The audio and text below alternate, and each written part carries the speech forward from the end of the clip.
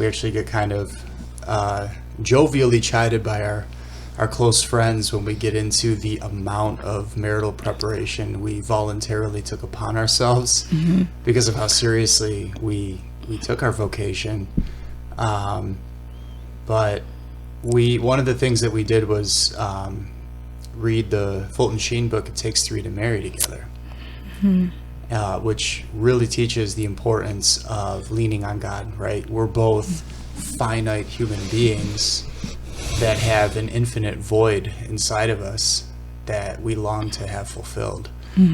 And, there's only so much we're going to be able to do for each other when it comes to that aspect of the spiritual component of our makeup and our being and yearning. And that's why it takes three to marry, because God is the infinite being that can ultimately fill that void. And, I was on the track of figuring that out in the couple of years leading up to meeting you, but I think you really had a very solid Catholic raised head on your shoulders leading up to that point to really just solidify and make sure we were on the same page with that message, and I'm very thankful for that. Yeah, it was a good upbringing. It was a good, faithful upbringing. Yeah, as you know, my parents are just devoted to the Eucharist. My dad being a Knight of Columbus, my mom in the Adoration Chapel all the time, and it was so good. And our faith community was so beautiful. Lots of people at every age in their walk of life that you could just tell were so joyful and so in love with our Lord, and that was really good to see, obviously. And God provided me with such good, rich soil, and really helped me to grow. And although there were thorns, as in any childhood, sure, I was able to really see past that. Those, What did you have then? Spears and clubs. Yeah, a few cluster bombs. Yeah. You never know. Mario Kart. Never know what's around the corner. Cartoon. Oh, lots of video games. They were good for escapism, but yes. But now I'm known as a good gamer, so all is not lost. But we definitely had a lot of similarities, but we also had a lot of differences in our upbringing. Yeah. Opposites attract. I was thinking that same thing. Yeah, and so we went from courting to engaged, and that's where the Fulton Sheen book came in. It's actually a devotion that we have now when we walk with, witness to, and maybe even assist Catholics who, new couples that come together. We love to gift that book. Sometimes we have two copies on hand, sometimes we have one. If we have one, it's like, hey, you got to read it together. Yeah. Find time, while you're engaged. Better. If you can, Yeah. It can be found. Yeah, and it really is. It's just one of the most profound books out there on that. But we also did Engaged Encounter. Yes, in Pittsburgh. Yeah, up in a hill overlooking the city with the Palatine Fathers. Yeah, I always come away from that weekend feeling like it took a lot out of me. It really reminded me of you're being waged war on in this vocation. This vocation is not for the faint of heart.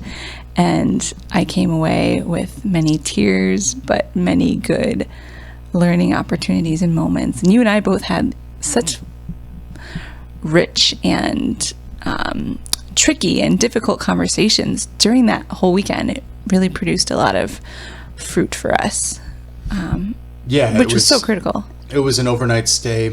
Everyone got their own isolated room. Everyone was handed a journal, and there were these guided kind of sessions, and maybe there was a meditation in there too. Yeah, but I think certainly so. A fair amount of think about this as it pertains to the marital vocation, and go journal about it.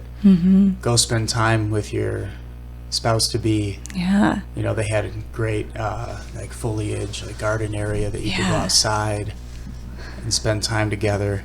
The only tears I remember from you, though, were tears of like uncontrollable laughter on the drive home. Oh boy. When we were goofing off. I think we went to the buffet. Oh, we definitely did. On the way back. Yes. One other thing to mention, though, which was a great asset to that retreat, was the couples who had been married for, 10 years, maybe 20. Yeah, we definitely went to 20 plus. I'll never forget, like, one of the wives sharing a story about how she had forgotten to do or overlooked this one task, and it was like pretty significant what she had forgotten to do, and it reminded me to stay focused. Just think. I mean, and obviously I've had moments like that too, but they're both. It was so nice to know that it was going to happen. It does happen, and it's good to know that they were obviously both still together when they came to the podium to speak. So there's ways to grow in humility on both sides, and as we become one and smooth out each other's rough edges. That is the best quote. I don't remember who shared that with us or how we heard that, but that's just like one of those. It's ubiquitous in culture. It's been around for a while. Yeah, there's been a lot of roughness on me, that unforeseen roughness that I wasn't expecting. That has been rubbed out.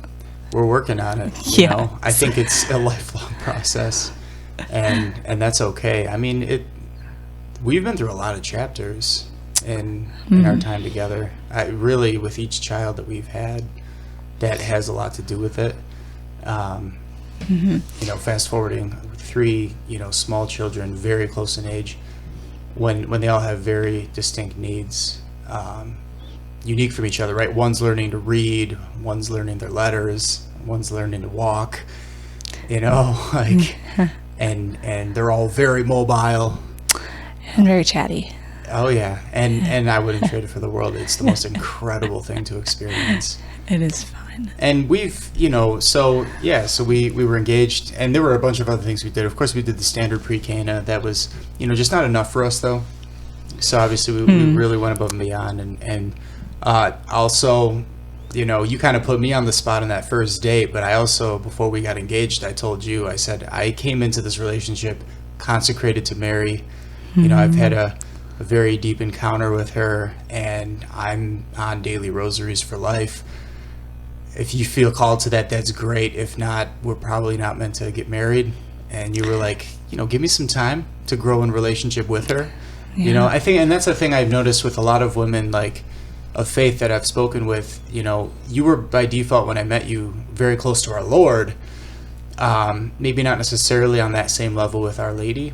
And depending on the kind of upbringing that different people have, a lot of times our relationship with, like, God the Father or Jesus can really be deeply impacted by, our relationship with our earthly fathers growing up, and vice versa with women and men or women and their mother, with the Blessed Mother.